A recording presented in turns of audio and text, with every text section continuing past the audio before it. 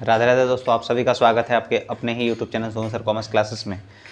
तो अब 12th का एग्ज़ाम ख़त्म हो चुका है और एग्ज़ाम स्टार्ट होने वाला है 11th का। तो सबसे इम्पॉर्टेंट सब्जेक्ट जो है यहाँ पर आप लोग बोलेंगे कि ये अकाउंटेंसी और बीएसटी होगा, लेकिन अकाउंटेंसी और बीएसटी से भी इम्पॉर्टेंट आपका सब्जेक्ट है कॉमर्शियल अरिथमेटिक, क्योंकि कॉमर्शियल अरिथमेटिक में आप याद नहीं कर सकते।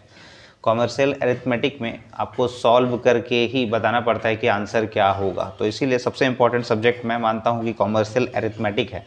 और कॉमर्शियल अरिथमेटिक का जो क्वेश्चंस होगा वो आपको सॉल्व करके ही आपको पता लगेगा कि वो जो ऑप्शन में है वो सही मैच कर रहा है कि नहीं। तो इसके लिए आपको क्या चाहिए? प्रैक्टिस चाहिए।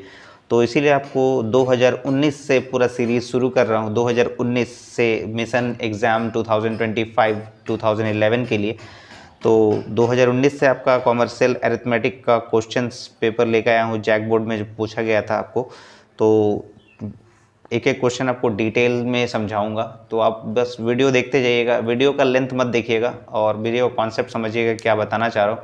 और अगर आप एक एक वीडियो अगर आप देखते हैं तो भरोसा यकीन रखिए कि आपको हर एक क्वेश्चन आप इजीली जो आपको एग्ज़ाम में पूछा जाएगा आप इजीली सॉल्व कर सकते हैं। तो चलिए वीडियो को शुरू करते हैं इसी नोट के साथ। तो पहला क्वेश्चन जो है आपको पूछा गया है कि, और ये टोटल जो है उसमें आपका 50 मल्टीपल चॉइस क्वेश्चंस हुआ करता था 2019 में, लेकिन अब आपको 40 मल्टीपल चॉइस क्वेश्चंस पूछा जाता है। तो उससे कोई दिक्कत नहीं है, 50 का 50 क्वेश्चन हम लोग बनाएंगे। तो यानी ये एमसीक्यू क्वेश्चंस हम लोग सॉल्व करने जा रहे हैं, एमसीक्यूज़ जो है। और ये प्रीवियस ईयर क्वेश्चन हम लोग 2019 का बनाने जा रहे हैं। और ये कॉमर्शियल अरिथमेटिक को हम लोग शॉर्ट में CAE बोलते हैं, कॉमर्शियल अरिथमेटिक का क्वेश्चन पेपर है। तो ये आपको पहला क्वेश्चन जो है पूछा गया है कि write 65.30924 correct to 2 decimal places, correct to 2 place of decimal. तो यानी आपको पहले नंबर लिख लेते हैं, 65.30924 आपको दिया गया है 2 डेसिमल प्लेसेस। तो डेसिमल के बाद 2 नंबर्स, 1 2, 2 नंबर के बाद एक लाइन ड्रॉप कर दीजिएगा। एक कॉन्सेप्ट आप समझ लीजिए, ये जो चैप्टर है आपका अप्रॉक्सीमेशन चैप्टर आप पढ़े होंगे कॉमर्शियल अरिथमेटिक, जो भी आप टेक्स्ट बुक खरीदे हैं उससे। तो इसका कॉन्सेप्ट है कि आपका अप्रॉक्सीमेशन चैप्टर का 0 से लेकर 4 तक के बीच में जो नंबर आता है उसका वैल्यू 0 होता है, और 5 से लेकर 9 तक जो नंबर होता है उसका वैल्यू आपका 1 होता है, ठीक है ना। तो इसका मतलब क्या है कि जैसे आपका लिखा हुआ है 65.30, उसके बाद 9 लिखा हुआ है, तो ये 9 का मतलब होता है 1। यानी 5 या 5 से ऊपर अगर कोई आपको संख्या दिख रहा है, यानी 5 से 9 के बीच में अगर कोई संख्या दिख रहा है, तो उसके लिए आपको 1 जोड़ना पड़ता है। तो यहाँ 1 जोड़ दीजिएगा, तो यह आ जाएगा 65.31 आपका आंसर हो जाएगा। तो आपका ऑप्शन नंबर हो जाएगा यहाँ पर 3। तो यहाँ पर ये ऑप्शन नंबर 3 आपका सही आंसर हो जाएगा, ठीक है ना, क्वेश्चन नंबर 1 का। तो एक एक डिटेल में आपको बता रहे हैं। ये अप्रोक्सीमेशन चैप्टर का है, 0 से लेकर 4 इसका रूल है कि 0 होता है, और 5 to 9 जो नंबर्स रहता है उसके लिए वैल्यू 1 ऐड कर दिया जाता है, ठीक है ना। क्वेश्चन नंबर 2, क्वेश्चन नंबर 2 देखते हैं क्या लिखा गया है कि right the nearest value in 1000, 792348 दिया हुआ है। तो 792348 आपको दिया गया है, और इसको बोल रहा है नियरेस्ट 1000। तो इसको 1000 से पहले इसको डिवाइड कर दीजिए। ये 1000 से अगर इसको डिवाइड करते हैं तो जैसे देखिए पॉइंट जो है, पॉइंट तो कहीं लिखा नहीं है, लेकिन राइट हैंड साइड के लास्ट में जो है वो पॉइंट रहता है। तो पॉइंट के बाद यानी जब डिवाइड करते हैं तो वो राइट से लेफ्ट की ओर जाता है। तो 1 2 3 नंबर्स, यानी आप लिख सकते हैं इसको 792.348 लिख सकते हैं। तो यहाँ क्या बोला है, नियरेस्ट वैल्यू ऑफ 1000। तो पॉइंट के बाद जो नंबर है वो देखना पड़ता है। तो पॉइंट के बाद जो नंबर है वो 3 है, और आपको पहले ही बता चुके हैं कि 0 से 4 के बीच में जो नंबर होता है वो 0 होता है। तो इसीलिए यहाँ पर 0 ऐड हो जाएगा। तो इसलिए आपका सही आंसर हो जाएगा 792,000, यानी इसको 10 to the power आप 3 भी लिख सकते हैं। लेकिन यहाँ ऑप्शन में देख लीजिए क्या लिखा हुआ है, 792,000 लिखा हुआ है। तो आपका इसका मतलब हो गया 792,000, यानी ऑप्शन नंबर 2 हो गया इसका सही, ऑप्शन नंबर 2। उम्मीद है आपको क्वेश्चन समझ में आया होगा, क्वेश्चन नंबर 1 and 2। आगे बढ़ते हैं क्वेश्चन नंबर 3 की। और क्वेश्चन नंबर 3 में लिखा गया है,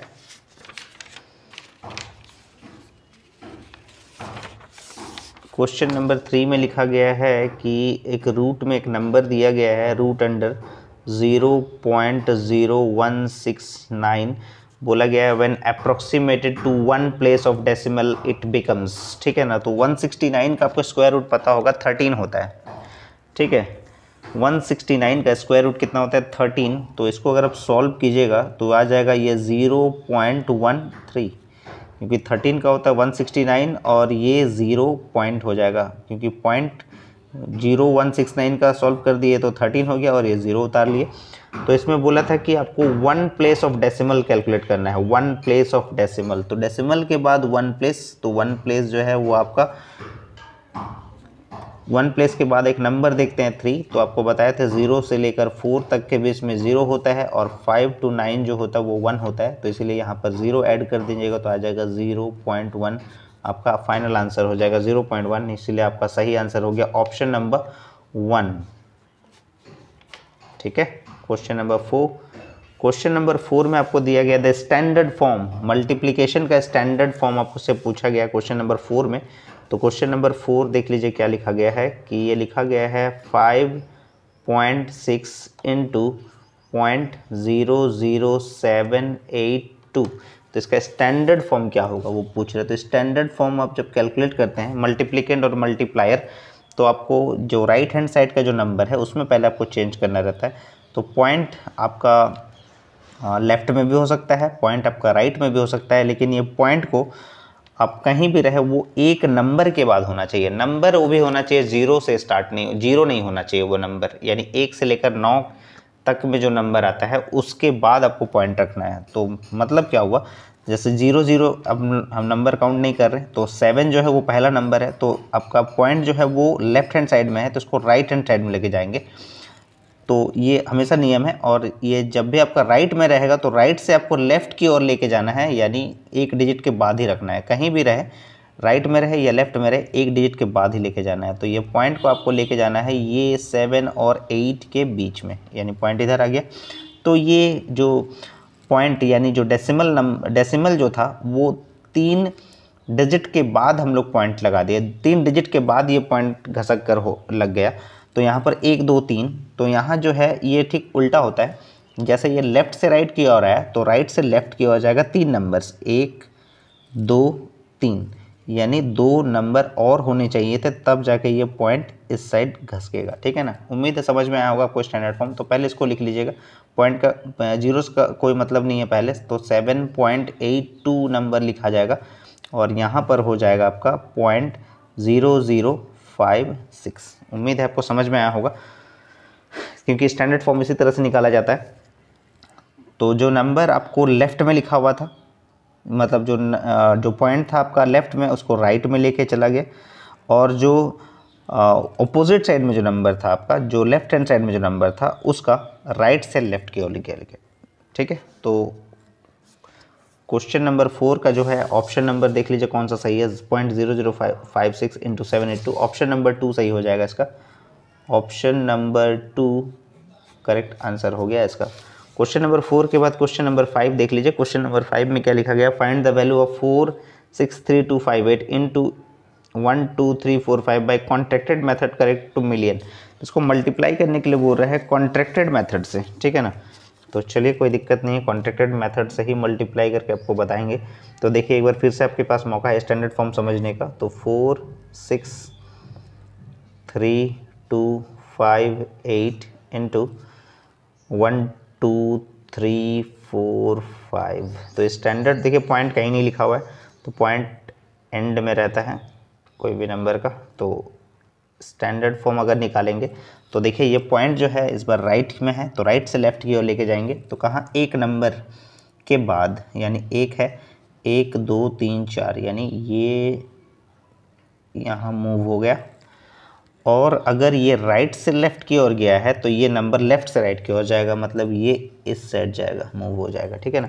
तो नंबर पहले लिख लेते हैं हम लोग।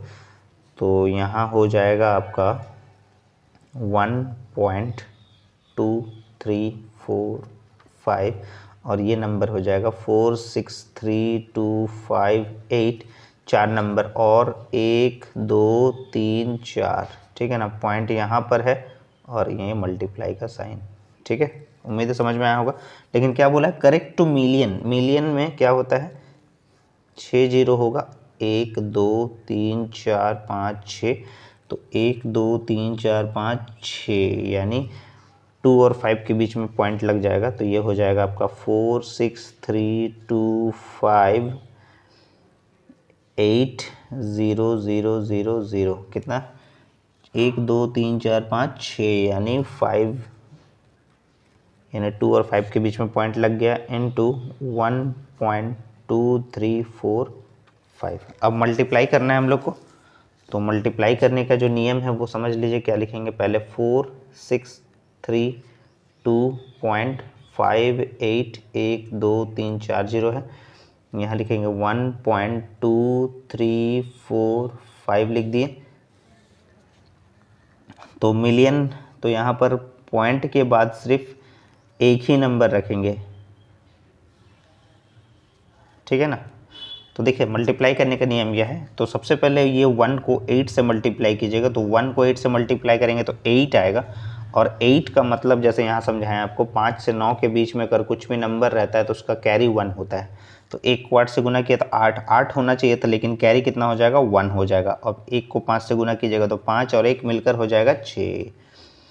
फिर पॉइंट की जगह पे पॉइंट और 1 से पूरा डिजिट को मल्टीप्लाई कीजिएगा तो वही नंबर्स आएगा, 2 है 3 है 4 है और 6 है। तो 1 और 8 का काम हो गया। 2 और 5 को मल्टीप्लाई कीजिएगा तो 10 आता है, और 10 का मतलब हो गया, इसको सिंगल डिजिट में कन्वर्ट करेंगे तो 1 आता है, तो इसका मतलब क्या हो गया 1। तो 2 2 जा 4 होता है, 4 + 1 कितना हो गया 5, और 2 3 जा होता है 6, 2 6 जा 12, और 4 2 जा 8 + 1 9, तो ये आपका 2 और 5 का काम हो गया। 3 2 जा 6 होता है, 6 का मतलब हो गया 5 और 9 के बीच में आता है तो 1 होता है। 3 3 जा 9 + 1 यानी 10, कैरी 1। 3 6 जा 18 + 1 19, और 3 4 जा 12 + 1 13, तो ये 3 का काम हो गया और 2 का भी काम हो गया। 4 3 जा 12, 12 का मतलब हो गया यहाँ पर सिंगल डिजिट में कन्वर्ट कर दिए तो उसका मतलब हो गया 1। 4 3 जा 12, 12 का मतलब हो गया 1, और 4 6 जा 24 + 1 25, और 4 4 जा 16 + 2 18, यानी 4 का और 3 का काम हो गया। अब 5 6 जा 30, तो 30 का मतलब हो गया 3, तो 5 4 जा 20, 20 + 3 यानी 23। अब इन सभी को प्लस करना है, तो प्लस करने के बाद क्या आएगा देखते हैं। 5 5 10, 10 6 16, 16 और 3 19, यहाँ लिख रहे जगह नहीं है। 8 और 2 10, 10 20 26 और 2 28, 3 3 6 2 8 1 9, 9 और 2 11, 9 1 10 6 16 और 1 17, 4 और 1 5, तो ये आ गया 5718.9। तो यानी पॉइंट के बाद एक नंबर है जो है 9, तो उसके लिए आपको एक ऐड करना है, क्योंकि 5 से लेकर 9 के बीच में कोई नंबर रहता है तो उसमें 1 ऐड कर दिया जाता है। तो ये आपका फाइनल आंसर हो जाएगा 5719 × 10⁻6, क्योंकि मिलियन पूछा गया था, तो 5719 × 10⁻6। देखिए 5719 5719 5719 5719 सब में आ रहा है, लेकिन जो पावर है वो देख लीजिए, इसका पावर 5 है, इसका 4 है, इसका 7 है, इसका 6 है, तो 6 हो जाएगा। मिलियन में 6 जीरो होता है। उम्मीद है आपको समझ में आया होगा, और ये चैप्टर अब बखूबी किए होंगे, बहुत ही अच्छा तरीके से बनाए होंगे। तो उम्मीद है आप लोगों ने ये कॉन्सेप्ट सही समझा होगा। तो आगे बढ़ते हैं क्वेश्चन नंबर 5 के बाद क्वेश्चन नंबर 6 किस तरह का क्वेश्चन आपसे पूछा जा रहा है, क्वेश्चन नंबर 6 में देख लेते हैं। तो क्वेश्चन नंबर 6 में आपसे पूछा गया है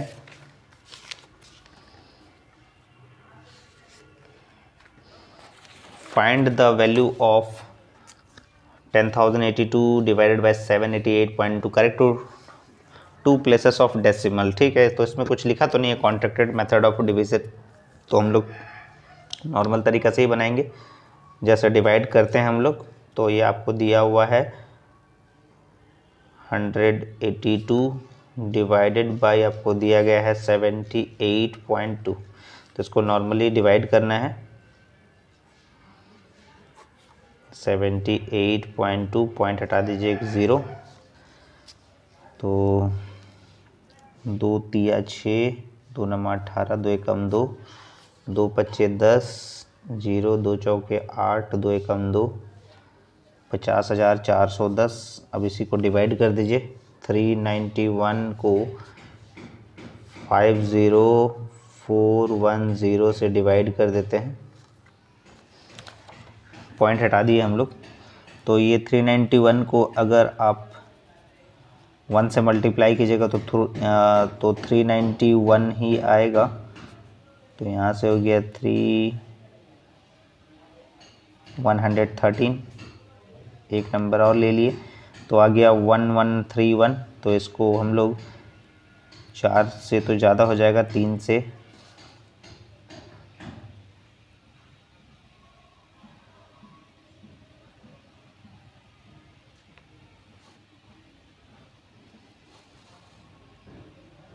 तीन नंबर 27, आई थिंक 3 से भी ज़्यादा हो जाएगा। 3 एकम 3, 3 नंबर 27, 3 तिया 9, तो 11 ज़्यादा हो जा रहा, 2 से चलेगा ये। 2 एकम 2, 2 नंबर 18, 3 दूनी 6 और 1 7, 13, 349, 1 0 बचा हुआ था यहाँ से। तो 9 तिया 9 9 81, 9 तिया 27, 3 30 ज़्यादा हो जा रहा है, 9 से 8 से चला जाएगा। 8 एकम 8, 8 नंबर 72, तिया 24, 36, 31, 312। तो देखिए 128 की यहाँ ऑप्शन में है ही नहीं, तो 128 जो है ऑप्शन में है, लेकिन 138 ये नहीं मैच कर रहा, 100 मैच नहीं कर रहा, 78.20 मैच नहीं कर रहा। तो 128.93 आपका जो है, आप अगर इसको आगे बढ़ाएंगे तो 128.93 तक ही जाएगा। तो आपका सही आंसर हो जाएगा 6 का ऑप्शन नंबर 2 हो जाएगा, ठीक है ना। तो 6 का हो जाएगा ऑप्शन नंबर 2, ये करेक्ट हो जाएगा आपका क्वेश्चन नंबर 6 का। आगे बढ़ते हैं, क्योंकि डिवाइड तो आप सभी को आता है। आगे बढ़ते हैं क्वेश्चन नंबर 7 में। क्वेश्चन नंबर 7 भी आपको डिवाइड ही पूछा गया, उसमें भी तो 102.5 डायरेक्टली लिख लेते हैं। तो ये आपको दिया हुआ है 10.002 दिया हुआ है, ठीक है ना। तो पॉइंट के बाद जो है 1 नंबर है, ये पॉइंट के बाद 3 नंबर है। तो पॉइंट के बाद हम लोग जो है यहाँ पर इसका भी 3 नंबर कर लेते हैं। अब देखिए दोनों बराबर है, तो ये पॉइंट हटा दिए। तो ये डायरेक्टली आप इसको काट सकते हैं। 2 पच्चे 10, 2 पच्चे 10, 2 एकम 2, 2 दूनी 4, तो ये आ रहा है 5001, 51250। ऑप्शन को भी हमेशा देखते रहिएगा कि कौन सा ऑप्शन क्या, ताकि आपको थोड़ा स्मार्ट वर्क भी हो जाए और आपको टाइम भी कम लगे, ठीक है ना, ये ज़रूर देखिएगा। तो ये आप 1 से चला सकते हैं इसको, 5001, तो ये आ रहा है 124, 1 0 ले लेते हैं, तो ये 1240 हो जा रहा है, लेकिन यहाँ पर हो जा रहा है 5001 से डिवाइड नहीं जाएगा, तो 1 0 आप ले लीजिए। अब यहाँ एक पॉइंट ले लीजिए, फिर एक यहाँ 0 ले लीजिए। अब 5 दूनी 10, ठीक है ना। तो 2 से चला सकते हैं आप, 2 एकम 2, 2 पच्चे 10,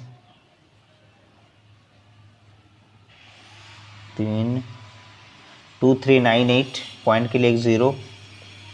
तो ये 5 पच्चे 25, तो 4 से ही जा रहा, लेकिन ऑप्शन आपका दिया हुआ है यहाँ पर 103, तो नहीं हो सकता है, 1 पॉइंट नहीं होगा, ये 10.3 नहीं होना चाहिए था, 10.2 होना चाहिए था इसका आंसर, लेकिन 10.3 कंसीडर कर दिया गया है। तो ये 10.24 आ रहा है, तो 10.3 इसका सही आंसर हो जाएगा, ऑप्शन नंबर 2 हो जाएगा। क्वेश्चन नंबर 7 का ऑप्शन नंबर 2 यहाँ पर हो जाएगा करेक्ट आंसर, ठीक है। क्वेश्चन नंबर 7 के बाद क्वेश्चन नंबर 8 में आगे बढ़ते। क्वेश्चन नंबर 8 में आपको दिया गया है कि डेसिमलाइज 2 feet 9 inches into yard. Question number 8 में आपको दिया गया है कि 2 फीट 9 इंच है, 2 फीट है और एंड 9 इंचेस है, 2 फीट 9 इंचेस, और इसको यार्ड में कन्वर्ट करना है, यार्ड में चाहिए, ठीक है। तो 2 फिट है, 9 इंचेस को भी हम लोग फिट में कन्वर्ट कर लेते हैं, तो 12 इंच बराबर 1 फिट होता है, ये आप सभी को पता है। तो 9 को हम लोग 12 से डिवाइड कर लेते हैं, तो 3 तिया 9, 3 चौके 12, यानी 3/4 का मतलब होता है 0.75, तो इसीलिए हो जाता है 2.75 फिट में तैयार कर लिया इसको। 2 फिट 9 इंच को 2.75 फिट बोल सकते हैं हम लोग। तो अब इसको किस में कन्वर्ट करना है, यार्ड में, ठीक है ना। तो आपको पता है कि 3 फिट इक्वल्स टू होता है 1 यार्ड, 3 फिट इक्वल्स टू होता है 1 यार्ड, बस इतना ही याद कीजिए, ज़्यादा आपको याद करने के लिए नहीं देंगे हम। 3 फिट इक्वल्स टू 1 यार्ड होता है, तो 2.75 फिट इक्वल्स टू कितना यार्ड होगा, यानी 1 फिट 1 यार्ड से तो कम ही होगा, तो 1 यार्ड से कितना कम होगा वो देख लेते हैं हम लोग। तो ये जो 2.75 फिट है इसको 3 से डिवाइड कर दीजिए, तो आपको वो यार्ड में कन्वर्ट हो जाएगा, यानी 2.75 फिट दिया हुआ है उसको अगर हम 3 से अगर डिवाइड कर देते हैं तो किस में कन्वर्ट हो जाएगा, ये यार्ड में कन्वर्ट हो जाएगा। तो पॉइंट हटा दीजिए और 2 जीरो यहाँ ले लीजिए, तो 5 छक 30, 5 पचे 25,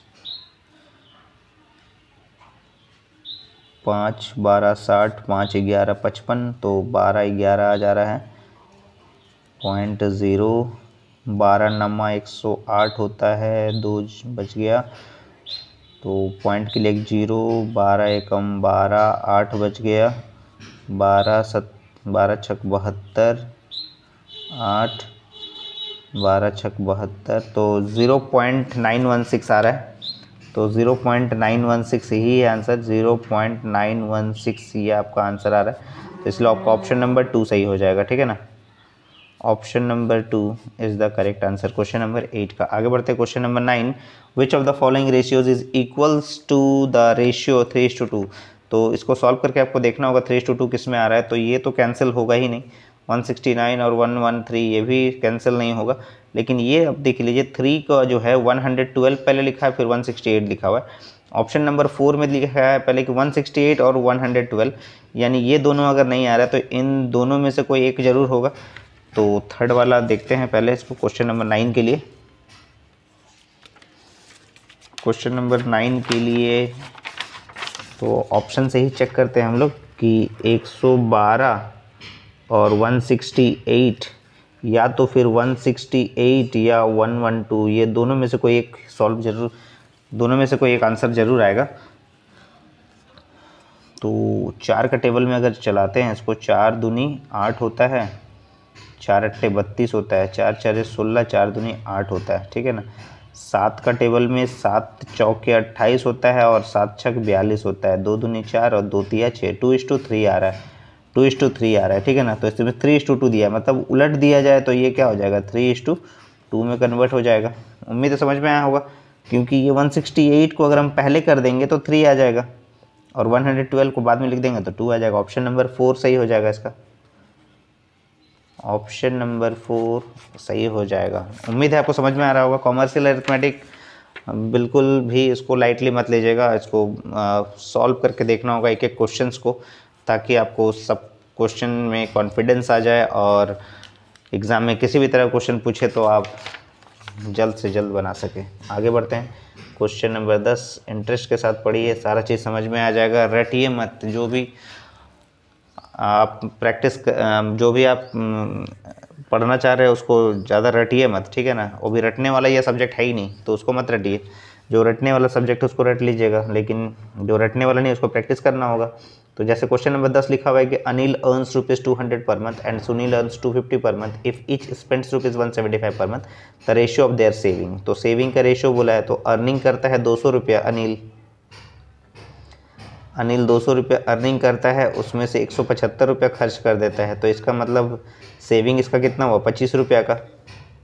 उसी तरह से बी का जो अर्निंग है वो 250 है, उसमें से 175 वो खर्च कर देता है, तो अगर ये 50 रुपया इधर से बचेगा और 75 रुपया इसका सेविंग हो जाएगा, तो ये हो गया सेविंग।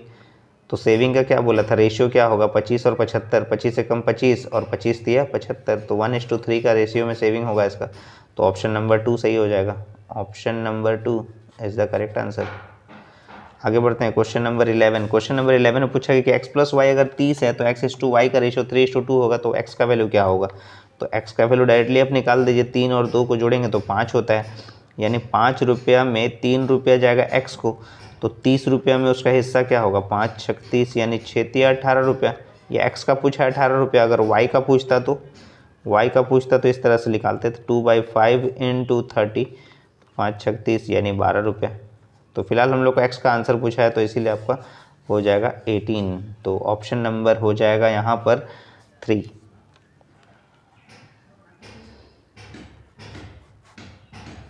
वीडियो को पूरा देखिएगा तो एक एक क्वेश्चन आपको समझ में आ जाएगा, और इस तरह का क्वेश्चन जब भी आपको पूछे तो आप इजीली झट से बना सकते हैं, किसी भी तरह का क्वेश्चन अगर एग्ज़ाम में पूछता है तो, ठीक है ना।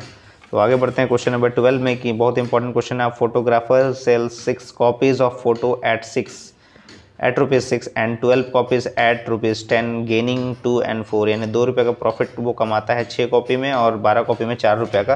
तो वो रखे at what price should he sell 30 copies at a profit of ₹8। अगर वो 30 कॉपी अगर बेचता है तो 8 रुपये का प्रॉफिट, मतलब 30 कॉपीज़ को कितना में बेचे कि उसको 8 रुपये का प्रॉफिट हो जाए, ठीक है ना। 8 रुपये का प्रॉफिट वो कमाना चाहता है, यानी कितना रुपये में बेचना चाहिए उसको। तो पहले इसका कॉस्ट प्राइस निकाल लीजिए कि 12 कॉपीज़ वो बेच रहा है, 12 कॉपीज़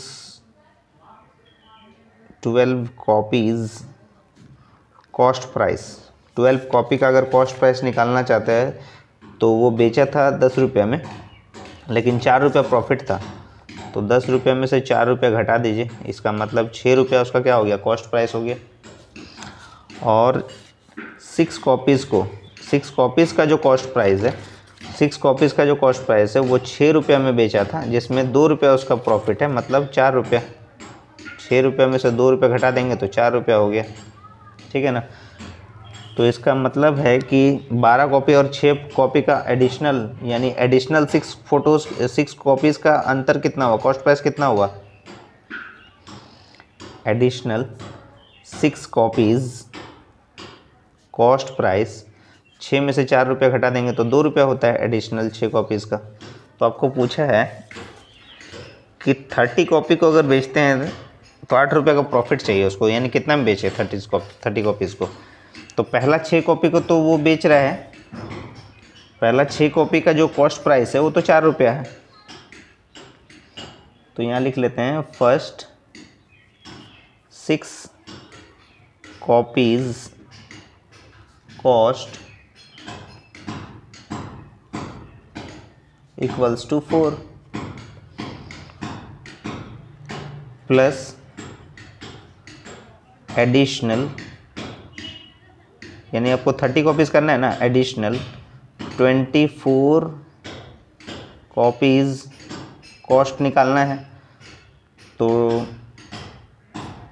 एडिशनल 6 कॉपी का कॉस्ट जो है वो 2 रुपया है, यानी 6 कॉपी का कॉस्ट होता है 2 रुपया, तो 24 कॉपी का कॉस्ट कितना हो जाएगा, 8 रुपया।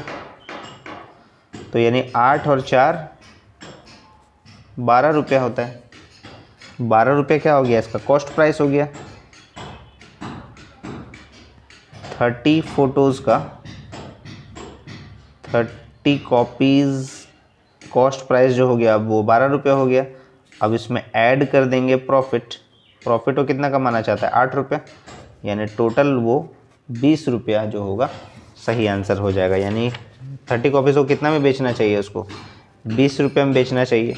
तो इसीलिए आपका ऑप्शन हो जाएगा यहाँ पर, ऑप्शन नंबर 1 हो जाएगा इसका सही आंसर, ठीक है ना। क्वेश्चन नंबर 12 का हो जाएगा ऑप्शन नंबर 1,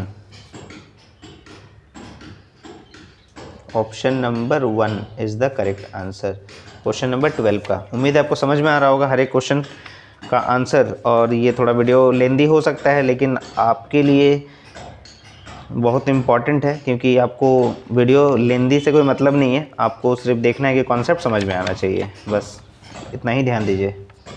तो आपको दिया हुआ है कि x का वैल्यू क्या होगा, अगर x/4 मतलब आप लिख सकते हैं x/4, और $2 का मतलब होता है इक्वल्स टू, और ये 18/24 लिख लीजिए, और ये नीचे नीचे भी कटता है तो 4 छक 24 काट दीजिए, 6 तिया 18 काट दीजिए, तो x का वैल्यू कितना हो गया 3 हो गया। तो x का आंसर हो गया 3, ऑप्शन नंबर 2 सही हो जाएगा, ऑप्शन नंबर 2। क्वेश्चन नंबर 13 तक हम लोग सॉल्व कर लिए हैं। आगे बढ़ते हैं क्वेश्चन नंबर 13 के बाद क्वेश्चन नंबर 14।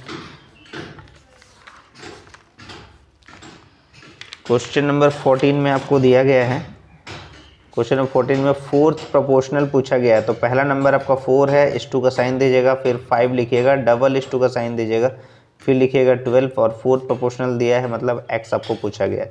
तो इसको आप लिख सकते हैं 4/5 इक्वल्स टू 12/x लिख सकते हैं। ऊपर ऊपर भी काट सकते हैं, तो 4 तिया 12, तो x का वैल्यू हो गया 15। तो आपका ऑप्शन नंबर 1 सही हो जाएगा, option number 1 is the correct answer. Question number 14 के बाद क्वेश्चन नंबर 15। उम्मीद है आप वीडियो को एंजॉय कर रहे होंगे, ताकि आपको मस्ती मस्ती में सारा चीज़ आपको समझ में आ जाए। और तो इसमें पूछा गया लास्ट 3 टर्म्स जो है प्रोपोर्शन के इस तरह से दिया है, तो फर्स्ट टर्म क्या होगा। तो फर्स्ट टर्म मान लीजिए कि x है, दूसरा 2 दिया हुआ है, फिर डबल इस टू का साइन दे दीजिए, फिर 3 दिया हुआ है, फिर 6 दिया है। तो आप लिख सकते हैं इसको x/2 इक्वल्स टू 3/6 लिख दीजिएगा। तो 2 3 जा 6 कट जाएगा, नीचे नीचे 3 3 जा 3 भी कट गया, तो 1 हो गया। तो x का वैल्यू क्या हो जाएगा 1 हो जाएगा, इसलिए ऑप्शन नंबर 1 करेक्ट हो जाएगा यहाँ पर। ठीक है, तो 15 तक हम लोग सॉल्व कर लिए। अब देखते हैं क्वेश्चन नंबर 16 में क्या पूछा है। क्वेश्चन नंबर 16 में बोला गया with the help of a table of 9 values find the price of 875 litre petrol if 1 litre petrol का कॉस्ट 4.75 है। तो इसमें टेबल ऑफ 9 वैल्यू का मतलब 1 लीटर का दाम आपको दिया गया है 4.75 है, 2 लीटर का, 3 लीटर का, 9 लीटर तक आपको निकालना होगा, फिर 875 को एक्सपेंड करना होगा। तो उससे अच्छा है कि आपको, तो सब्जेक्टिव क्वेश्चन तो है नहीं, ऑब्जेक्टिव क्वेश्चन है, तो डायरेक्टली आप मल्टीप्लाई करके आंसर इसका निकाल लीजिए। तो क्वेश्चन नंबर 16 में 875 इंटू 4.75, 875 लीटर पेट्रोल को मल्टीप्लाई कर दीजिएगा 4.75 1 लीटर का दाम से। ठीक है ना, तो इसको अगर मल्टीप्लाई करेंगे तो जो आएगा वही आपका आंसर हो जाएगा। ठीक है ना, तो इसको फटाफट से मल्टीप्लाई करना होगा। मल्टीप्लाई करने में जो है आपको टाइम थोड़ा कंज्यूम होगा, लेकिन आप मल्टीप्लाई करके ज़रूर चेक कीजिएगा कितना आ रहा। तो 5 को 5 से गुना करेंगे तो 25, 5 7 35, 2 37 का 7, 3 8 5 40, 40 और 3 43 हो जाएगा, और 7 5 35, 49, 52, 5 8 7 56, 4 60 61 हो जाएगा, और 4 5 20, 7 चौके 28 और 2 30, 8 चौके 32 और 3 35, 7 5 12, 3 2 5 1 6, और 4 1 5, और 35 5 40 41 हो जाएगा। और पॉइंट जो था वो 2 डिजिट के बाद, यानी 4156.25, 4156.25, इसलिए ऑप्शन नंबर 3 सही हो जाएगा। ठीक है ना, क्वेश्चन नंबर 16 का जो आंसर है वो है 4156.25। मल्टीप्लाई कर लिए फटाक से, ऑप्शन नंबर 3 हो जाएगा इसका। ठीक है ना, कैलकुलेटर का यूज़ बिल्कुल भी मत कीजिएगा, रिक्वेस्ट है आप लोग से, ताकि आपको अपना कैपेबिलिटी कैसे पता चलेगा कि आप कितना जल्दी मल्टीप्लाई कर सकते हैं। क्वेश्चन नंबर 17 आगे बढ़ते हैं। The table showing the value of article from 1 to 9 known as table of 9 values, इस तरह का आपको ऑप्शन दिया गया है। तो ऑप्शन नंबर 1 हो जाएगा क्वेश्चन नंबर 17 का। आगे बढ़ते हैं क्वेश्चन नंबर 17 के बाद क्वेश्चन नंबर 18। तो बहुत ही सिंपल सा क्वेश्चन लग रहा है, दिया है the price of 125 litre milk का क्या होगा जब एक बोरा की पर लीटर का अगर होता है 12 रुपया 50 पैसा। तो बस वही मल्टीप्लाई करना होगा, थोड़ा टाइम टेकन है। तो 125 लीटर दूध का मूल्य निकालना है और उसको 12 रुपया 50 पैसा से मल्टीप्लाई कर देना है। ठीक है ना, तो मल्टीप्लाई करते हैं इसको। 125 को 125 से मल्टीप्लाई करना है। 5 पच्चे 25, 12 पच्चे 60 और 2 62 हो जाएगा। 2 पच्चे 10, 12 दूनी 24 और 1 25, और 125 को 1 से गुना करेंगे तो 125 हो जाएगा। 5 2 5 5 10, 10 6 16, 12 2 14 और 1 15, 1 पॉइंट, तो 1562.5 हो जाएगा। 1562.5, 1562.5 ये आ रहा है मल्टीप्लाई करने पे। देखते हैं ऑप्शन में क्या है। 11,562.5 ऑप्शन नंबर 1 सही हो जाएगा, ठीक है ना, ऑप्शन नंबर 1। तो मल्टीप्लाई बस जल्दी जल्दी करना है, टेबल आपको याद रखना है, जितना जल्दी हो सके आप सॉल्व करिएगा विदाउट कैलकुलेटर, बस इतना याद रखिएगा। क्वेश्चन नंबर 18 के बाद क्वेश्चन नंबर 19, 25 केजी राइस का हमको मूल्य निकालना है अगर 1 केजी का दाम अगर 10 रुपया 50 पैसा अगर है तो, ठीक है ना। तो इसको मल्टीप्लाई अगर करते हैं तो पहले पॉइंट हटाइए ना यहाँ से, तो 1 0 यहाँ से कट जाएगा, तो यहाँ पर हो गया 25 25 25 125।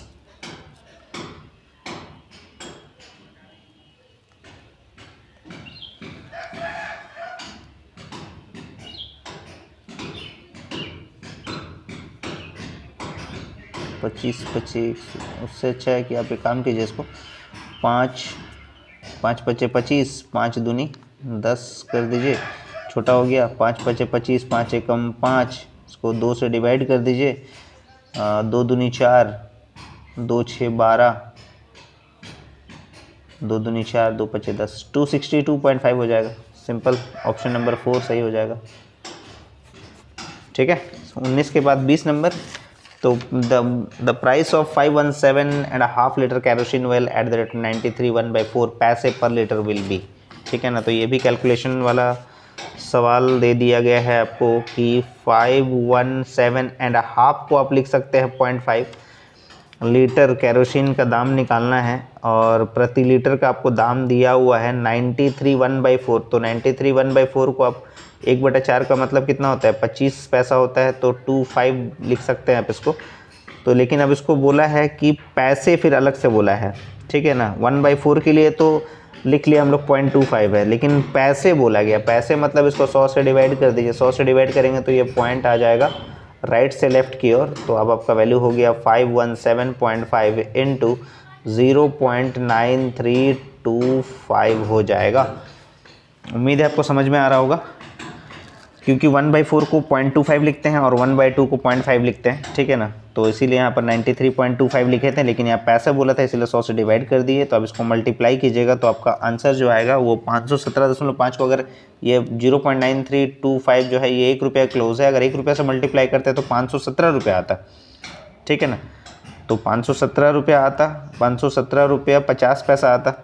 तो यहाँ पर जो है ये 1000 वाले में तो नहीं होगा ये, या और ये आपका कुछ रुपए यानी 48 रुपीज़ तो नहीं होगा, इसका मतलब 482.57 हो जाएगा। इसको मल्टीप्लाई करिएगा तो, ठीक है ना। तो 482.57 हो जाएगा। बस थोड़ा सा दिमाग भी आपको लगाना है इस तरह से कि कौन सा ऑप्शन हो जाएगा, ऑप्शन नंबर 3 हो जाएगा, ठीक है। क्वेश्चन नंबर 20 का आगे बढ़ते हैं। क्वेश्चन नंबर 20 के बाद क्वेश्चन नंबर 21।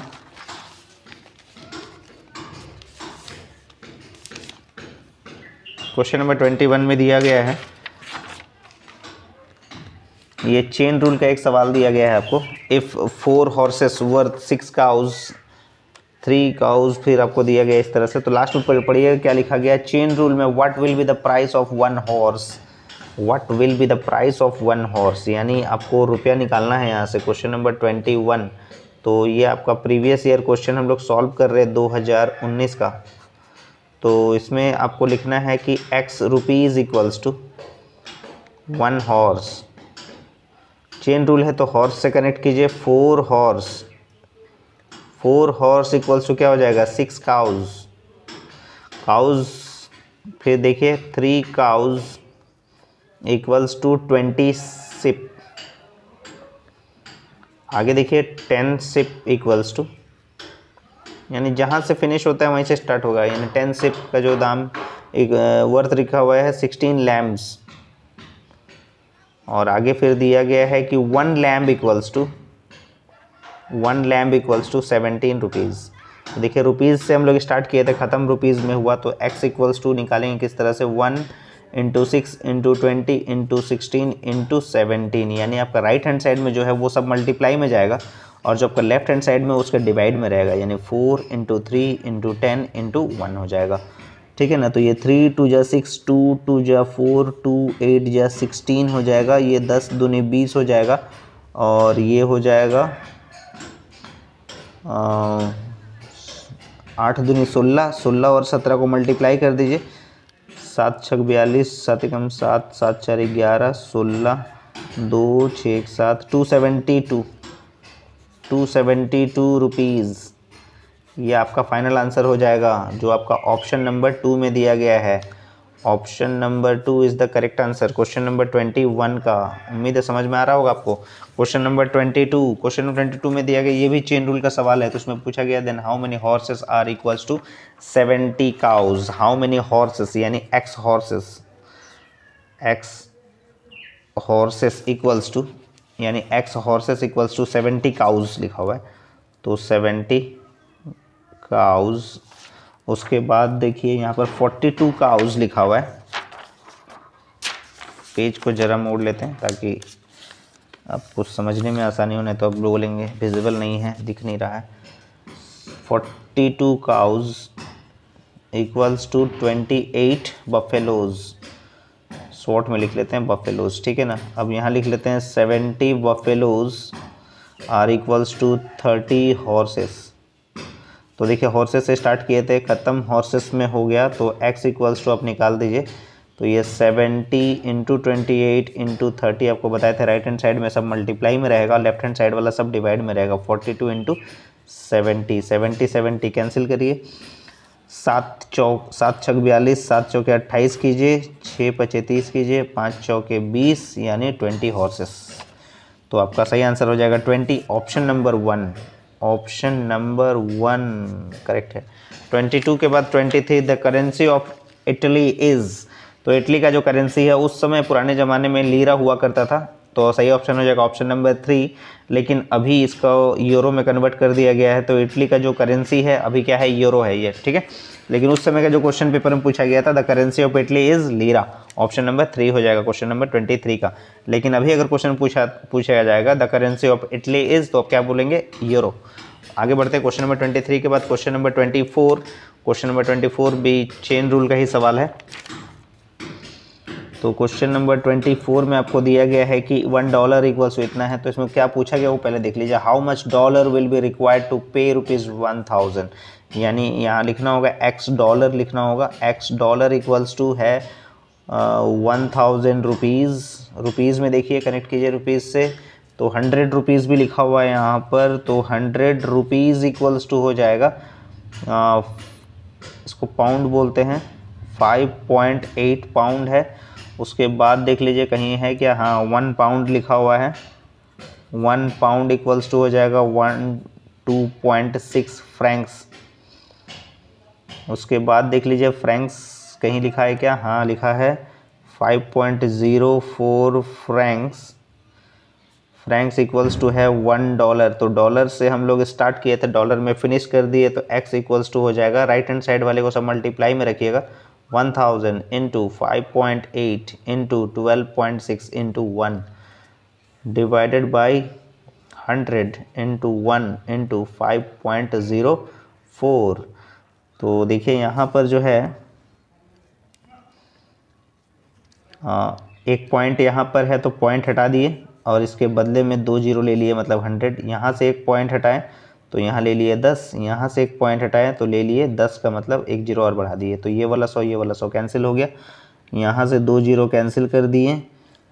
अब यहाँ से कुछ कटेगा क्या, 2 का टेबल में देखते हैं। 2 25, 2 दूनी 4 और 2 पचे 10। 2 का टेबल में फिर कटेगा, 2 एकम 2, 2 26 52 होता है। और यहाँ से 2 दूनी 4, 2 नमा 18 होता है, 126, 126 कैंसिल। 29 को 5 से गुना कर दीजिए, 5 नमा 45, 5 दूनी 10, 4 14, $145। तो इसका सही आंसर हो जाएगा $145। तो यहाँ पर देखिए कहीं ना कहीं लिखा होगा, तो आपका ऑप्शन नंबर 1 हो जाएगा।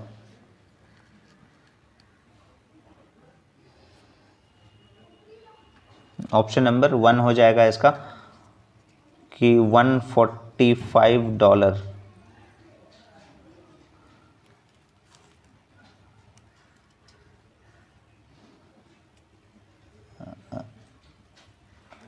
ठीक है ना, तो इसका ऑप्शन नंबर 1 हो जाएगा इसका सही आंसर।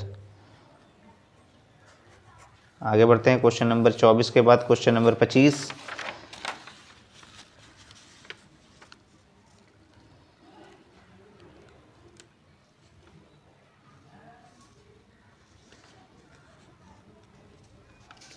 क्वेश्चन नंबर 25 में क्या दिया हुआ है? क्वेश्चन नंबर 25 भी जो है आपका चेन रूल का ही सवाल है।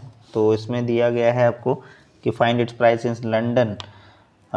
लंदन में पाउंड पर ऑन्स दिया हुआ है, ठीक है ना। तो x pound equals to 1 ounce, OZ साथ में लिखते हैं। यहाँ पर फिर लिख देते हैं 1 ऑन्स इक्वल्स टू 480 ग्राम।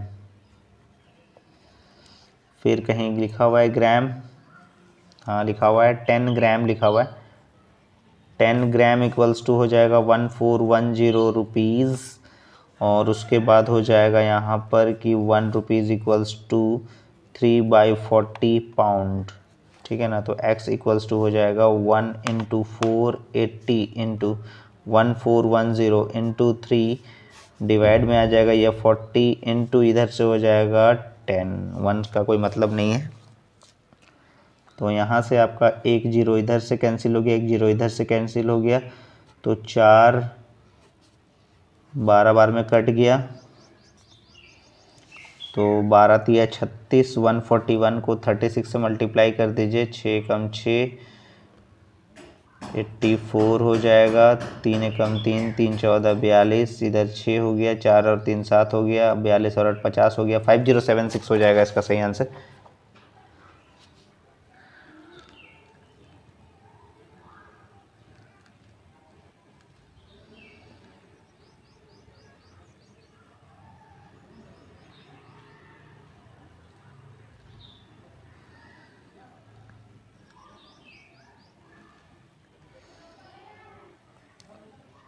तो इसका सही आंसर हो जाएगा 5076।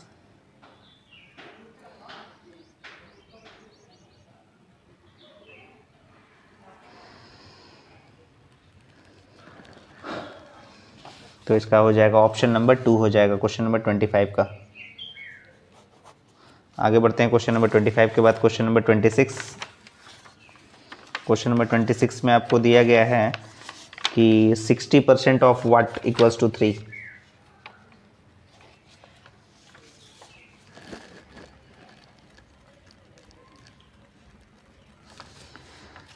तो यहाँ पर हो जाएगा 60%। तो 60% of what means x equals to 3 है। तो ये आप इसको 1 0 काट दिए, 2 5 10, 2 3 6, ये 3 कैंसिल हो गया, तो इसीलिए आपका x का वैल्यू हो गया 5, ठीक है ना। तो x का वैल्यू कितना हो गया? 5 हो गया। तो इस तरह से ऊपर ऊपर भी कैंसिल आप कर सकते हैं या प्रोसेस वाइज भी इसको सॉल्व कर सकते हैं। तो ऑप्शन नंबर 1 करेक्ट हो जाएगा इसका। आगे बढ़ते हैं क्वेश्चन नंबर 27। क्वेश्चन नंबर 27 में पूछा गया आपसे कि 5% of x is 20 then the value of x। तो ये 5% ऑफ x इक्वल्स टू 20 दिया हुआ है। तो ये 20 बार में कट जाएगा, तो इसीलिए आप क्रॉस मल्टीप्लाई अगर करेंगे तो x इक्वल्स टू 400 हो जाएगा, ठीक है ना। तो आपका सही आंसर हो जाएगा ऑप्शन नंबर 1। आगे बढ़ते हैं क्वेश्चन नंबर 27 तक हम लोग कंप्लीट कर लिए हैं। Question number 28। क्वेश्चन नंबर 28 में दिया गया है कि Ramesh spend 3 times of what he saves, hence he saves percentage x of his income. यानी स्पेंड जितना वो सेव करता है, तो जैसे मान लीजिए कि सेविंग अगर करता है x, तो ये सेविंग अगर वो करता है x, तो यानी एक्सपेंसेस वो करता है 3 गुना इसका यानी 3x। तो इसका मतलब जो उसका इनकम होगा वो 3x प्लस x यानी 4x होगा, 4 रुपया होगा, ठीक है ना। तो इसमें क्या पूछा है आपको कि सेविंग और इनकम का परसेंटेज क्या है। तो सेविंग क्या था उसका x था, इनकम क्या है उसका 4x है इंटू 100। तो ये x कैंसिल हो गया, तो ये 25%, ठीक है, सिंपल सा। ऑप्शन नंबर 1 सही हो जाएगा इसका, ऑप्शन 1। आगे बढ़ते हैं क्वेश्चन नंबर 29। तो उम्मीद है आप लोग सारे क्वेश्चंस जो है वो समझ रहे होंगे और प्रैक्टिस करते रहिएगा। वीडियो को ज़्यादा से ज़्यादा देखिएगा और जो भी आपके मित्र एग्ज़ाम दे रहे हैं उनको ज़रूर ये वीडियो सेंड कीजिएगा ताकि उनका भी कुछ हेल्प हो जाए। क्वेश्चन नंबर 29 में पूछा गया कि if an article is sold for ₹64 at a loss of 20%, then for how much it should be sold to gain 12.5%। यानी 64 रुपये में बेचा जाता है तो लॉस उसको होता है 20% का, तो कितना में बेचे कि उसको प्रॉफिट हो जाए 12.5% का। तो क्वेश्चन नंबर 29 बनाते हैं, तो एक साइड में उसको लिख देते हैं loss on selling price, loss on selling price, और एक साइड में लिखते हैं प्रॉफिट ऑन सेलिंग प्राइस। ठीक है ना। तो लॉस जो है, लॉस ऑन सेलिंग प्राइस जो है वो जैसे बोल रहा है कि 20% लॉस पे बेचता है, मतलब 100 वाला सामान को अगर 20% लॉस पे बेचेगा तो 80 हो जाएगा, और 100 वाला सामान को अगर 12.5 रुपया प्रॉफिट लेकर बेचेगा तो 112 रुपये 50 पैसे में बेचेगा प्रॉफिट में। सिंपल लॉजिक है। तो बोल रहे हैं कि अगर लॉस अगर उसका हुआ है सेलिंग प्राइस पे 64 रुपया तो कितना का प्रॉफिट वो कमाएगा, यानी इसको एक्स मान लिए। तो इसको सॉल्व करने का तरीका है यूनिटरी मेथड में कि 80 के लिए इतना है तो 1 के लिए कितना होगा, ये ऊपर जाएगा ये नीचे, तो इसीलिए एक्स इक्वल्स हो जाएगा 112 रुपये 50 पैसा डिवाइडेड बाई 80 और इंटू हो जाएगा 64, पॉइंट को हटाइए, एक ज़ीरो दे दीजिए। अब यहाँ से 5 का टेबल में काट सकते हैं इसको, 5 दूनी 10, 5 दूनी 10, 5 पचे 25, 5 16 80, 4 4 16, 4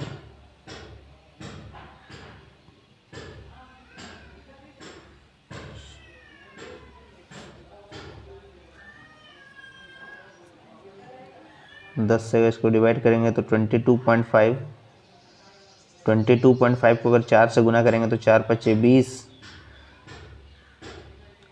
10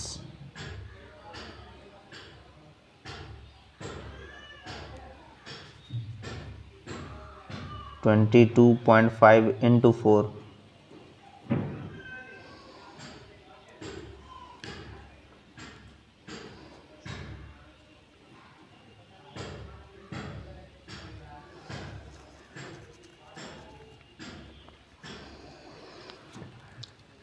कैलकुलेशन आप लोग एक बार देख लीजिएगा, कैलकुलेशन में तो 100 आ रहा है।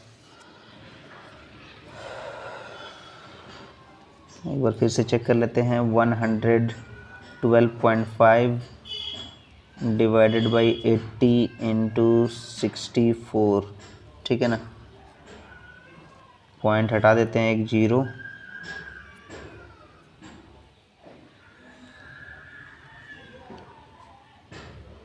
आठ 8 8 64,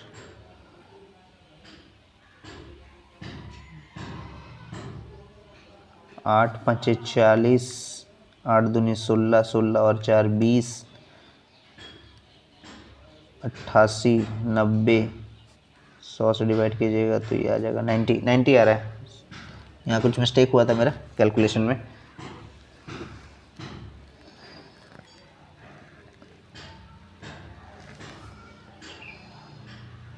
ठीक है ना।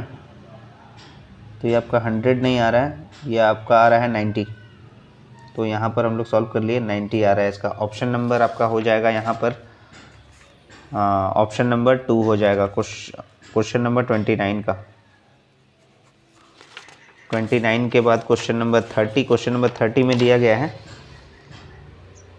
क्वेश्चन नंबर 30 में दिया गया in an examination 550 were successful and 45% of the total candidates failed. तो 45% जो है वो है फेल्ड या अनसक्सेसफुल, तो 55% जो है वो पास या सक्सेसफुल बोल सकते हैं, पास है। तो ये सक्सेसफुल कैंडिडेट जो है वो 550 है। तो टोटल कैंडिडेट मान लेते हैं x था, x का 55% इक्वल्स टू 550 है, क्योंकि पास का बोला है गया है आपको। तो x अगर टोटल है उसका 55% जो है वो सक्सेसफुल होता है, 550 है, तो इसको कैंसिल कर दीजिएगा 10 टाइम्स में, तो x का वैल्यू हो जाएगा 1000। यानी टोटल कैंडिडेट्स 1000 था, जबकि 1000 का 55% अगर निकालेंगे तो 550 आएगा सक्सेसफुल। ठीक है ना। तो इसलिए टोटल कैंडिडेट हो जाएगा 1000, ऑप्शन नंबर 2 सही हो जाएगा। आगे बढ़ते हैं क्वेश्चन नंबर 30 के बाद क्वेश्चन नंबर 31। क्वेश्चन नंबर 31 में पूछा गया है कि what is the formula of simple interest. तो P into R into T by 100 option number 1 हो जाएगा। क्वेश्चन नंबर 32 32 में बोला गया सिंपल इंटरेस्ट निकालिए। सिंपल इंटरेस्ट का फॉर्मूला होता है I equals to P into R into T by 100। तो ये हो गया 500, रेट हो गया 8, 2 ईयर्स के लिए डिवाइड बाई 100, 2 जीरो कैंसिल हुआ, 8 दूनी 16, 16 पचे 80 मतलब 80 रुपया हो गया। सही आंसर ऑप्शन नंबर 3। उम्मीद है आपको समझ में आ रहा होगा। सारे क्वेश्चंस का आंसर ज़रूर प्रैक्टिस कीजिएगा, ज़रूर शेयर कीजिएगा वीडियो को, ताकि जो एग्ज़ाम दे रहे हैं सीए का उनको बेनिफिट हो जाए। और प्रैक्टिस का चीज़ है, रटने का चीज़ नहीं है, पहले आपको बता दिए। 33 में पूछा गया कि अशोक जो है वो Ashok borrowed 35,000 from Manoj on simple interest. After 4 years Ashok return कर देता है उस पैसे को 42,000 to Manoj. The rate of interest क्या था उसको? 35,000 था।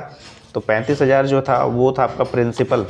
तो यहाँ पर आपको इंटरेस्ट अगर निकालना होगा तो अमाउंट माइनस प्रिंसिपल, ठीक है ना। तो आपने लिया था 35,000 रुपये लेकिन लौटाया 42,000, यानी अमाउंट जो दिया वो 42,000 दिया आपने, लेकिन आपने प्रिंसिपल जो था वो आपका 35,000 का था। तो आपने ज़्यादा कितना दिया? 7,000 का इंटरेस्ट दिया। तो रेट ऑफ इंटरेस्ट क्या लगा आपका? तो रेट ऑफ इंटरेस्ट निकालने का, आर निकालने का तरीका हो जाता है I into 100 P into T. तो इंटरेस्ट आपका 7,000 का है इंटू 100, प्रिंसिपल आपका था 35,000 का, 4 साल के बाद रिटर्न किए। तो ये 3 जीरो कैंसिल हुआ, 5 सत्ते 35, 5 20, 4 पचे 20, यानी आपका 5% के हिसाब से इंटरेस्ट लगा आपको। तो इसीलिए ऑप्शन नंबर 3 हो जाएगा सही answer, option number 3। Question number 33 का आगे बढ़ते हैं। Question number 34, in what time पूछा गया है। तो टाइम का बस एक ही फार्मूला आप याद रखिएगा ना, P into R into T by 100, उसी से सारा फार्मूला क्रिएट हो जाएगा 34 का। 34 में आप क्या बोला है? टाइम निकालने के लिए। टाइम का फार्मूला हो जाएगा I इंटू 100 और P इंटू आर। देखिए T है यहाँ पर, तो इसलिए PRT होता है, PRT। I इंटू 100 ये ऐसे क्रॉस मल्टीप्लाई होता है, I इंटू 100 और जो पूछा गया उसके हिसाब से। तो इंटरेस्ट हो जाएगा आपको जैसे यहाँ पर इंटरेस्ट है 500 रुपया जो था वो बढ़कर हो गया 620 रुपया, ठीक है ना। 500 जो है वो 620 रुपया हो गया, मतलब आपका इंटरेस्ट हो गया 120 रुपये का।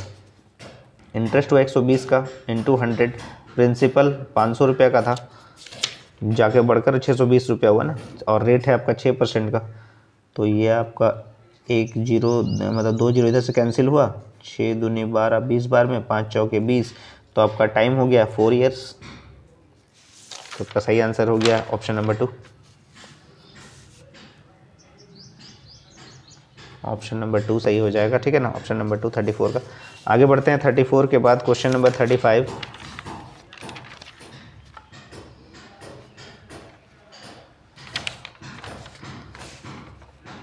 क्वेश्चन नंबर 35 में पूछा गया है कि what principal will amount to ₹3960 in 7 years at an interest of ₹14% per annum. तो प्रिंसिपल आपको पूछा है व्हाट प्रिंसिपल, यानी कितना प्रिंसिपल था कि अमाउंट हो गया 3960 का। तो यानी अमाउंट इक्वल्स टू क्या होता है? प्रिंसिपल प्लस इंटरेस्ट होता है।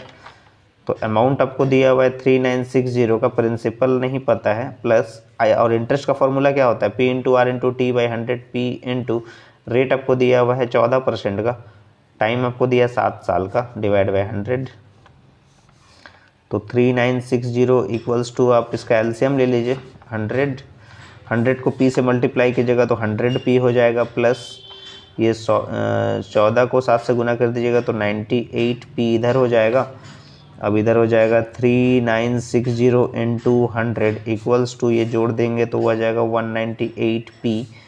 तो P का वैल्यू अगर आपको निकालना है तो ये 198 से इसको डिवाइड कर दीजिएगा, 3960 into 100 divided by 198 equals to P। ये 2 बार में कट जाएगा तो 20, यानी P का वैल्यू हो गया 2000। यानी प्रिंसिपल आपका 2000 का था जो 3960 रुपये हो गया 7 साल में 14% इंटरेस्ट के हिसाब से, ठीक है। तो आपका ऑप्शन नंबर 3 सही हो जाएगा।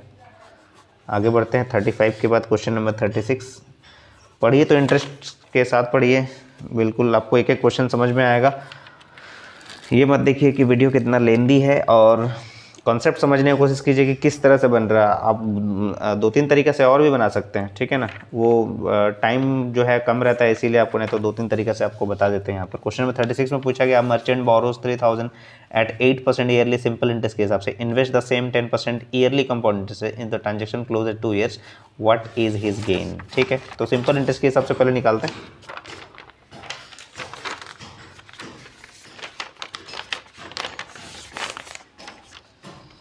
तो पहले सिंपल इंटरेस्ट के हिसाब से निकालते हैं कि इंटरेस्ट क्या होगा इसका। तो P हो जाएगा 3000 का, P इंटू R हो जाएगा 8 का 2 साल के लिए, 0 0 कट गया, 8 दूनी 16, 16 3 48, मतलब 480 का इंटरेस्ट 2 साल में।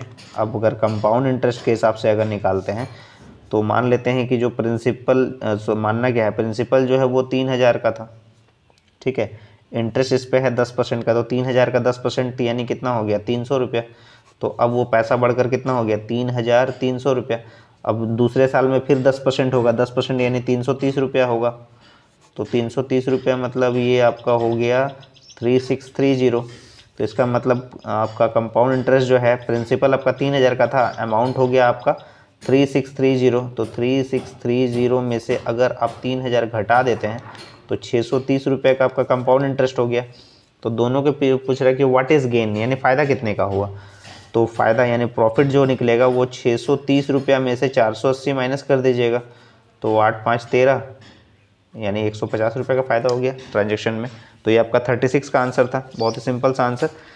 36 के बाद क्वेश्चन नंबर 37 कि when rate is same when the amount of simple interest is dash compare to the amount of compound interest. यदि दर समान हो तो साधारण ब्याज की राशि चक्रवृद्धि ब्याज की राशि से कम होती है, यानी सिंपल इंटरेस्ट का रेट, सिंपल इंटरेस्ट का अमाउंट हमेशा कम होगा, कंपाउंड इंटरेस्ट का रेट ज़्यादा होगा, क्योंकि वो कंपाउंडली होता जाता है, ठीक है ना।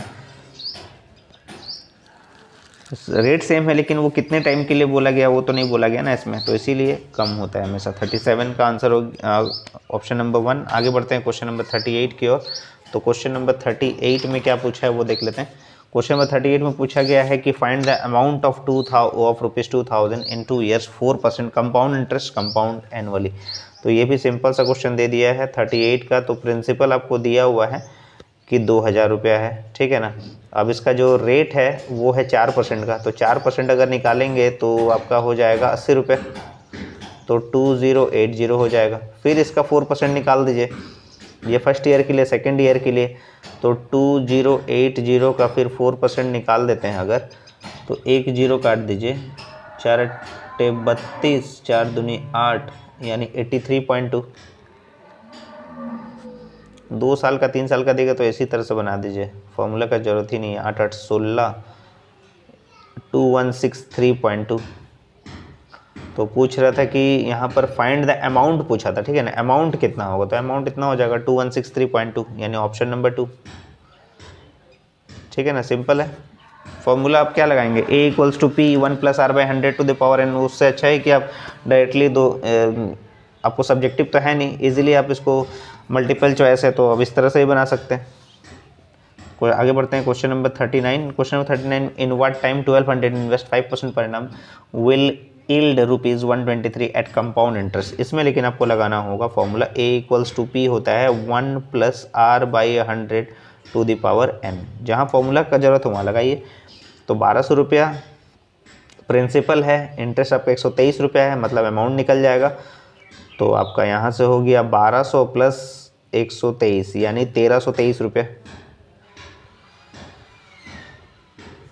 प्रिंसिपल कितना है 1200 का, 1 + R आपको दिया हुआ है 5%, और व्हाट टाइम बोला है, मतलब n नहीं पता, तो 1323 को डिवाइड कर दीजिए 1200 से, ये 20 बार में कट जाएगा, तो ये हो जाएगा 21/20 का पूरा पावर n हो जाएगा।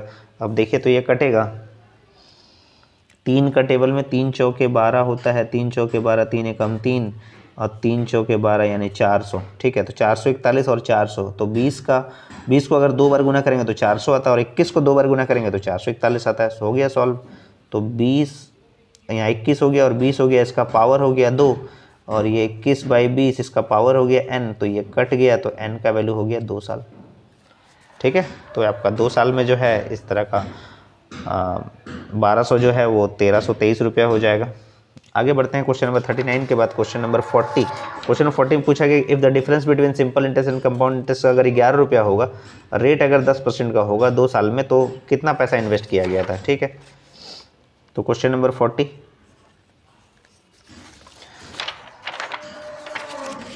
क्वेश्चन नंबर 40, तो अगर सिंपल इंटरेस्ट के हिसाब से निकालते हैं तो मान लेते हैं कि इन्वेस्ट किया था 100 रुपया, 10% 2 साल के लिए, तो इसका मतलब 20 रुपया हो गया। और अगर कंपाउंड इंटरेस्ट के हिसाब से निकालते हैं तो 100 रुपया और रेट ऑफ इंटरेस्ट 10 रुपया, मतलब 110 हो गया। और 110 का फिर 10% निकालेंगे तो 11 रुपया, तो यानी 121 रुपया। तो इसका इंटरेस्ट हो जाएगा आपका CI हो जाएगा इसका 100 में से 121 रुपये माइनस कीजिएगा तो 21 रुपये इंटरेस्ट हो गया। दोनों बीच का डिफरेंस कितना हो जाएगा, डिफरेंस जो है वो CI माइनस SI हो जाएगा। तो CI हो जाएगा 21 माइनस 20, मतलब 1 रुपया का डिफरेंस हो गया। ठीक है, तो 1 रुपया का डिफरेंस हो गया। और अगर एक्चुअल डिफरेंस अगर 11 रुपया का है तो वो पैसा कितना इन्वेस्ट किया गया था। ठीक है ना, तो सम कितने का था, तो इसको यूनिटरी मेथड से सॉल्व कीजिए। एक साइड में लिखिए डिफरेंस और एक साइड में लिखिए सम। तो डिफरेंस अगर 1 रुपया का है तो सम था 100 रुपया। तो अगर 11 रुपया का डिफरेंस है तो कितना हो जाएगा, 100/1 गुना 11, मतलब 1100 रुपये। ठीक है, ऑप्शन नंबर 2 सही हो जाएगा। Very simple. आगे बढ़ते हैं क्वेश्चन नंबर 41। क्वेश्चन नंबर 41 में दिया गया by selling 120 oranges fruit seller gain a profit equal to the price of 20 oranges.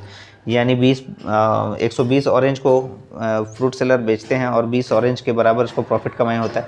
तो बोल रहा है कि प्रॉफिट का परसेंटेज क्या होगा। ठीक है ना, तो मान लेते हैं कि एक ऑरेंज का सेलिंग प्राइस जो है वो 1 रुपया है, सेलिंग प्राइस इक्वल्स टू 1, तो 120 ऑरेंजेस का सेलिंग प्राइस कितना हो जाएगा, 120 रुपये। अब 120 रुपये में बोल रहा है कि 20 ऑरेंज के बराबर प्रॉफिट होता है, तो प्रॉफिट 20 रुपया अगर हो जाता है इसका, तो कॉस्ट प्राइस कितना हो गया, 100 रुपये। तो प्रॉफिट बोला गया हिज गेन परसेंटेज, तो प्रॉफिट अगर 20 रुपया का है, कॉस्ट प्राइस अगर 100 रुपया है, ये कॉस्ट प्राइस है, इंटू 100 अगर करेंगे तो कितना का प्रॉफिट हो गया, 20% का। तो आपका ऑप्शन नंबर 3। ठीक है, 41 हो गया। आगे बढ़ते हैं क्वेश्चन नंबर 42।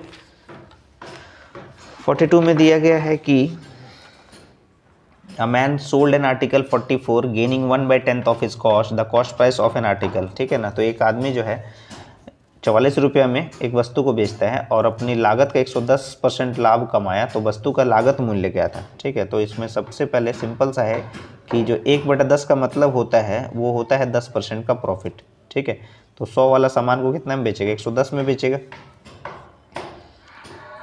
तो 100 वाला सामान को 110 में अगर बेचेगा तो इसका मतलब सेलिंग प्राइस जो है आपका, सेलिंग प्राइस कितना है, 44 है।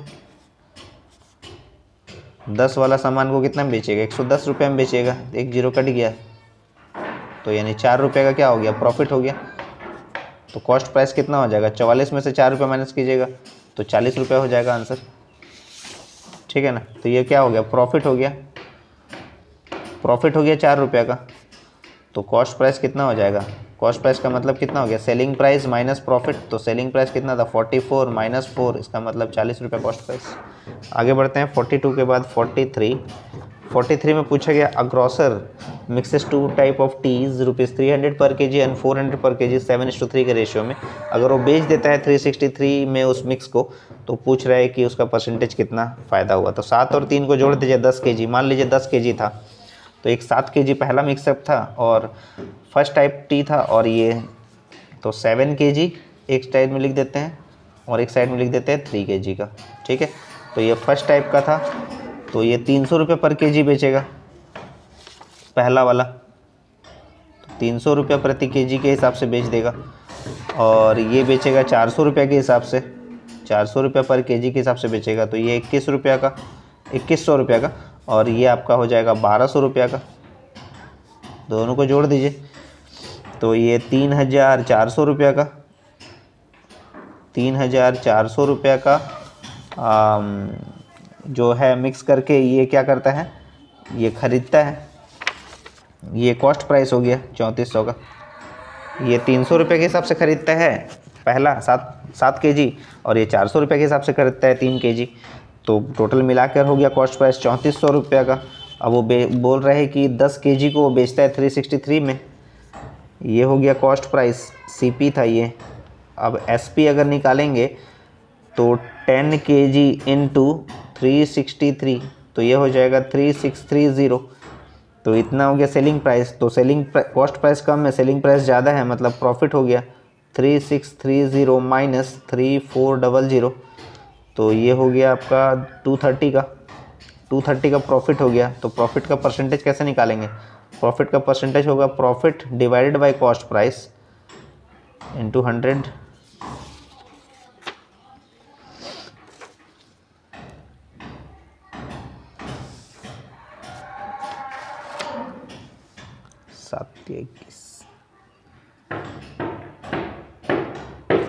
थोड़ा सा मिस्टेक हो गया, माफ़ कीजिएगा। 2100 प्लस 1200 यानी 200 और 100 300 होगा ना, यानी 3300 रुपया होगा।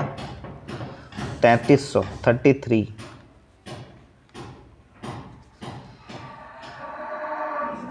330।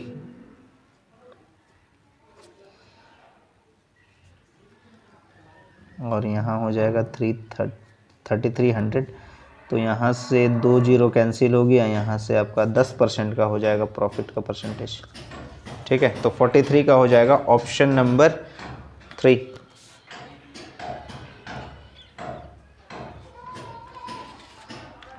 के बाद 44,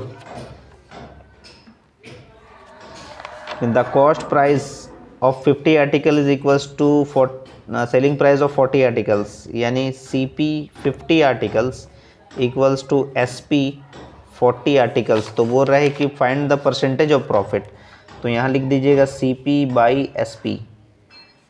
तो इसको अगर आप लिखते हैं 50 और इधर आप लिखते हैं 40, तो क्रॉस मल्टीप्लाई, तो यानी 40 में खरीदे थे, 50 में अगर उसको बेच देते हैं तो 10 रुपये का क्या हो जाएगा? प्रॉफिट हो जाएगा। परसेंटेज किस पे निकालना है? ऐसा कुछ तो बोला नहीं है किस पे परसेंटेज निकालना है, तो कॉस्ट प्राइस पे निकालेंगे। तो 10/40 इंटू 100 हो जाएगा। तो ये आपका हो जाएगा 25% का। तो ऑप्शन नंबर 1 हो जाएगा इसका। उम्मीद है आपको समझ में आ रहा होगा शॉर्टकट ट्रिक्स, और इजीली हम लोग इसको सॉल्व कर रहे हैं। तो आगे बढ़ते हैं क्वेश्चन नंबर 45 में। तो selling price is equals to क्या होता है? सेलिंग प्राइस का मतलब यहाँ पर होता है purchase price plus profit. Purchase price plus profit option number 4 हो जाएगा। ठीक है ना। आगे बढ़ते हैं क्वेश्चन नंबर 46 की ओर। 46 में दिया गया एन आर्टिकल लिस्ट प्राइस 300 रुपया is sold 10% trade discount the invoice price of. तो 300 का 10% निकाल दीजिए। 300 माइनस ट्रेड डिस्काउंट माइनस होता है 300 का 10%, यानी 30 रुपये। तो 300 में से 30 माइनस कर दीजिएगा तो 270 रुपये इसका फाइनल आंसर हो जाएगा। तो ऑप्शन नंबर 1। आगे बढ़ते हैं क्वेश्चन नंबर 47।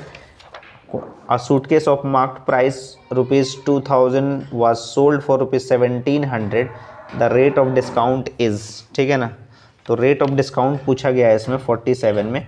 तो डिस्काउंट का मतलब हो गया यहाँ पर माइनस कर दीजिए 2000 माइनस 1700, यानी 300 का डिस्काउंट हुआ। तो परसेंटेज अगर निकालना होगा तो 300 डिवाइडेड बाई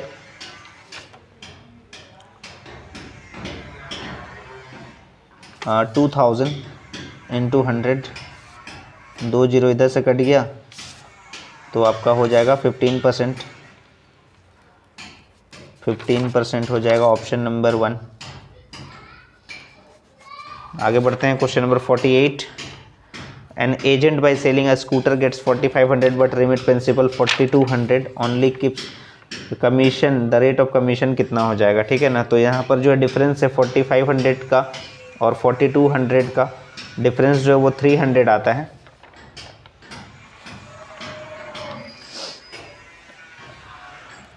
क्वेश्चन नंबर 48। तो यानी कमीशन जो है इसका, कमीशन अगर निकालेंगे तो 4500 माइनस 4200, तो इसका मतलब 300 का कमीशन होता है।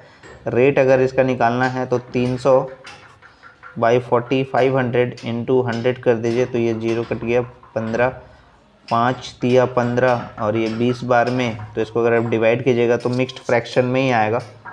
3 छक 18 तो 6 2/3 आ रहा है, 6 2/3%।